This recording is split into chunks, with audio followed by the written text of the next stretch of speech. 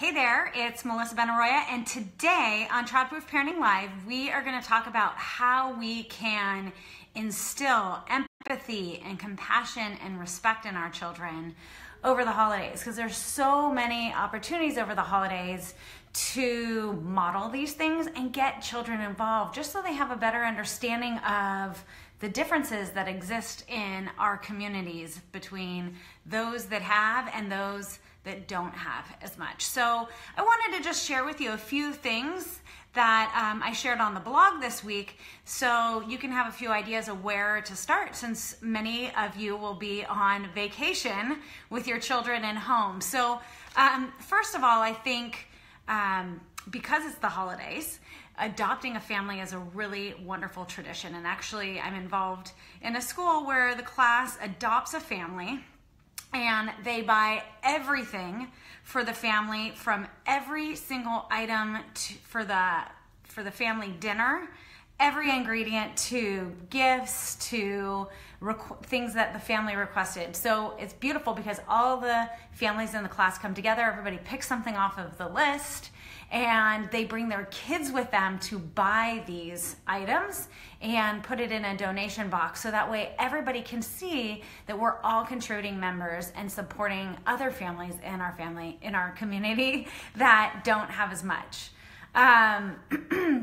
Another thing that you can do, especially since many of your children will be getting new toys, is starting to sort out those toys that you have now that you're going to donate, because you're probably going to need a little bit more room, and who wants a cluttered house full of toys? So this is a great time of year to talk about other kids that don't have special toys like your child might, and take them to donate some of those things, and having them sort it with you, put it in the car, and take it to the donation center really helps gel the experience for them so they understand where they are going. And they may even see families there that are picking up. So I think donating toys, or even going, one thing that we do is we volunteer at a center where donations are taken, and then we help sort them, which it is a total disaster when all of this stuff comes in. It's really hard to figure out what to keep, where things go.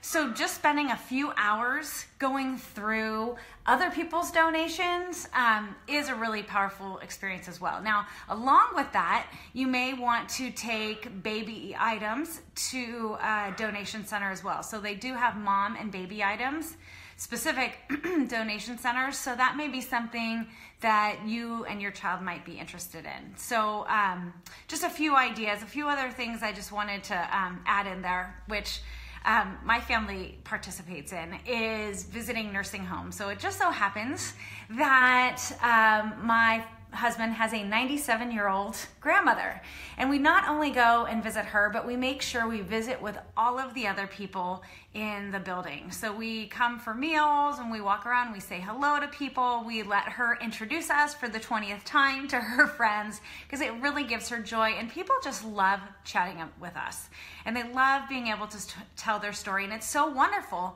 for our kids to hear their stories. And to see that these are very vibrant people. They may be in their 80s and 90s, but they're really vibrant people. So that is a lot of fun, and I think it also gives children an appreciation for age as well. So going and visiting an aging home is a wonderful experience.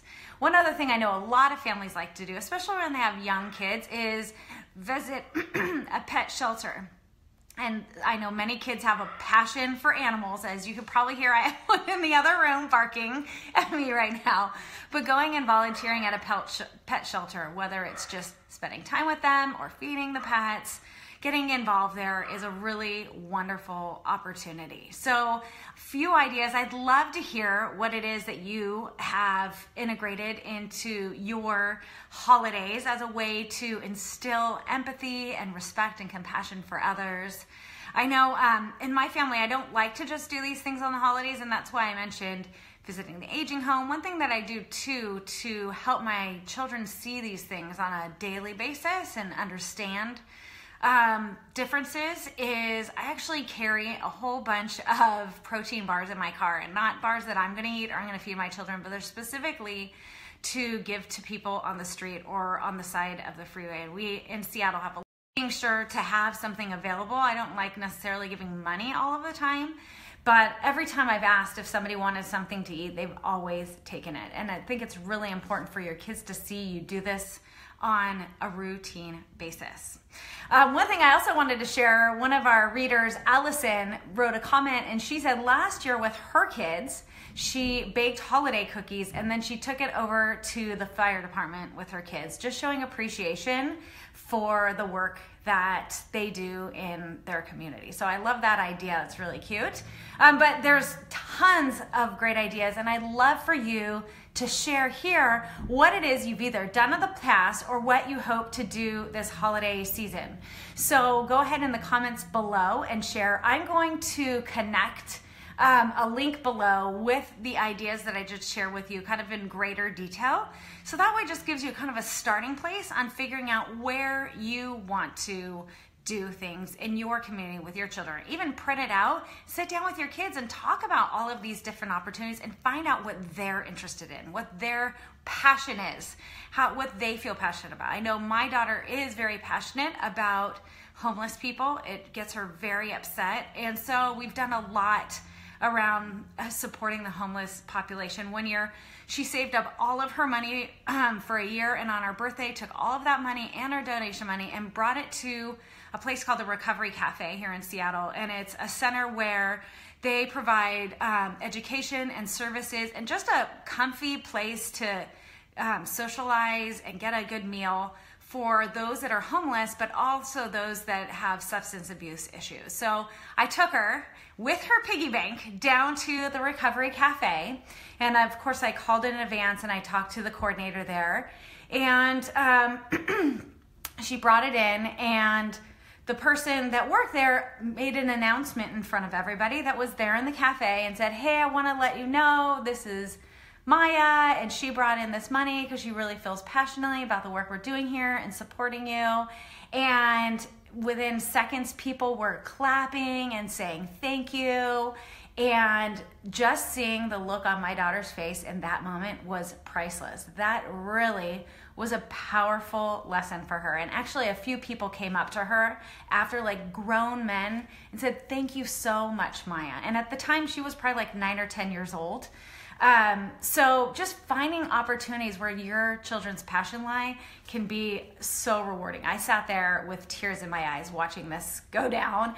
It was an incredible experience, and it wasn't something that somebody set up or, you know, something that people do routinely in our community. It was something that she felt passionately about, and we chose to find somewhere that would meet her need and her passions. All right, so I can't wait to hear some of your ideas. I'd love to get new ideas for my family as well, so please don't hesitate and share. Next week, we're going to talk more about the holidays and how you can stay calm and sane and really enjoy the time with your family.